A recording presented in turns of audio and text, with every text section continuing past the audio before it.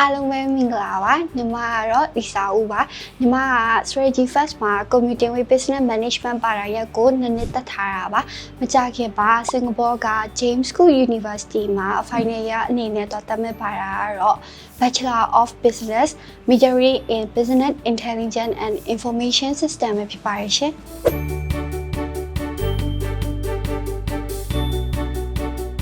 အရင်ကလေးကနိုင်ငံခြားမှာပညာသင်ယူခြင်းစိတ်ကရှိခဲ့ရပေါ့နော်အဲ့ဒါနဲ့စရိတ်လည်းပိုတက်တာအောင်မြန်မာနိုင်ငံက strategy first မှာနှစ်တက်ပြီးတော့နောက်ဆုံးနှစ်ကိုစင်ကာပူမှာတွားရောက်သင်ယူဖို့အထက်တန်းပြီးကလေးကစပြီးတော့ plan ခဲ့ရပါ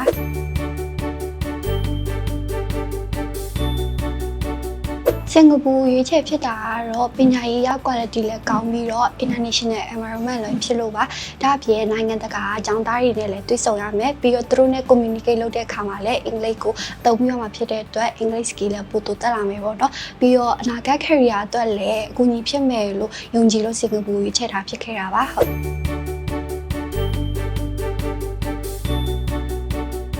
application process မှာ document တွေပြင်ဆင်တာကနေ university apply လုပ်တဲ့အထိပေါ့နော်အင်လင်းကအမတွေကအစစ်နိုင်ကိုတည်တည်ချာ detail လမ်းညွှန်ပေးခဲ့တယ်ပြီးကြတော့ visa process တွေမှာလည်းဘယ်လိုပြင်ဆင်ရမယ်ဘာတွေလိုအပ်တယ်ဆိုတာတွေကိုလည်းရှင်းရှင်းလင်းလင်းပြောပြပေးသွားလို့ညီမအနေနဲ့စိတ်မပူပဲနဲ့ကောင်လုပ်နိုင်ခဲ့ပါတယ်ပြီးတော့ဒီ application တင်တဲ့အချိန်တွေမကပဲနဲ့ပေါ့နော်ဟိုနောက်ဆုံး visa ရတဲ့အထိအမြဲ follow up လုပ်ပေးခဲ့ပါတယ်မိခွန်းနေမိရဲ့အခါမှာလည်းအလင်းကအမတွေကတတိချာပြပြပေးလို့process တွေကလည်းအချိန်ရမ်းမကြပဲနဲ့မြန်ပြီးသွားတာကြောင့်ညီမအနေနဲ့အရင်ချိန်နေမိပါတယ်ရှင့်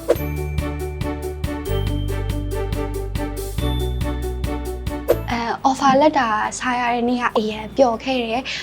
ကိုလည်းကိုမျောလင့်ထားတဲ့အရာကိုတကယ်ဖြစ်လာပြီဆိုပြီးတော့အရန် excite ဖြစ်ခဲ့ရပေါ့နော်မိဘတွေကလည်းအရန်ဝမ်းသာကြပြီးတော့ညီမအနေနဲ့လည်းကိုအရင်ကထပ်ပို့ပြီးတော့ကြိုးစားရမယ်ဆိုပြီးတော့ motivation ရလာခဲ့ပါတယ်